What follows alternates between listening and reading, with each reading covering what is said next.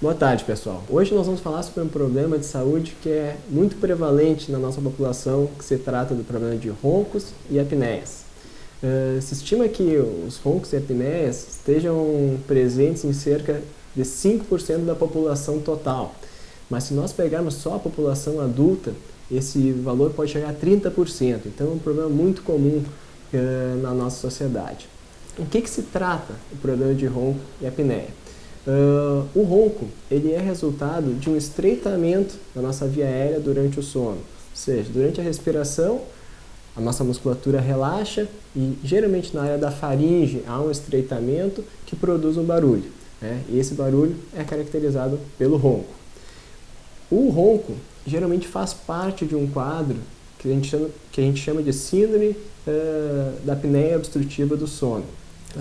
O ronco caracterizado por esse estreitamento.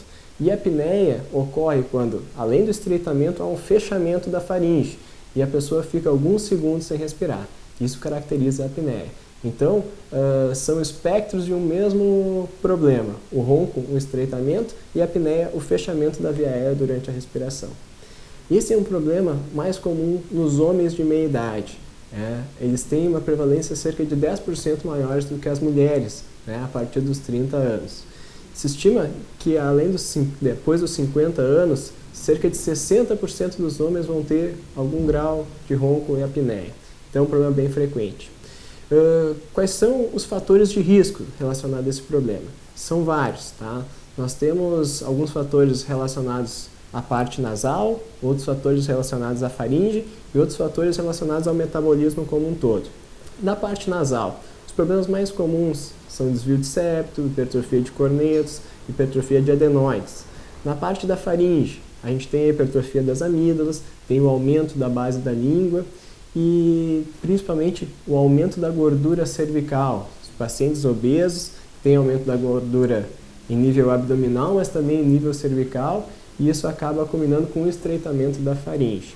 E há outros problemas metabólicos que também podem desencadear a ronco e apneia, como, por exemplo, o refluxo gastroesofágico, que é uma doença caracterizada pelo refluxo do ácido do estômago aqui para a faringe, que leva a um inchaço dessa região e também está relacionado aos casos de ronco e apneia. Como prevenir esse problema? A principal medida para nós prevenirmos o problema de ronco e apneia é nós prevenirmos a obesidade. Tá? É o fator de risco que mais interfere nessa situação. Porque, como eu falei, uma vez que a gente aumenta a gordura cervical, diminui a nossa faringe e a tendência a roncar e ter apneias é mais frequente. Entretanto, sempre que há caso de ronco e apneia, a gente indica que os pacientes procurem algum médico. Aqui nós devemos recorrer quando temos a suspeita de um quadro de ronco e apneia. Geralmente 3 especialistas lidam com esse problema. É o cardiologista, o pneumologista e o otorrinolaringologista. Diante de um quadro de ronco e apneia, é importante a gente fazer uma avaliação da via aérea para ver se há algum fator obstrutivo que impeça a respiração de ocorrer naturalmente. Além disso, é muito importante nós fazermos, no caso de suspeita de ronco e apneia, um exame de polissonografia. E é feita uma monitorização do sono, estimando diversos parâmetros do sono para que a gente tenha um diagnóstico adequado de qual é o grau do problema. Se trata-se somente de um caso de ronco ou se além dos roncos temos apneias associadas. E por meio desse exame a gente consegue estimar o grau do problema e para cada grau a gente pode indicar tratamentos adequados.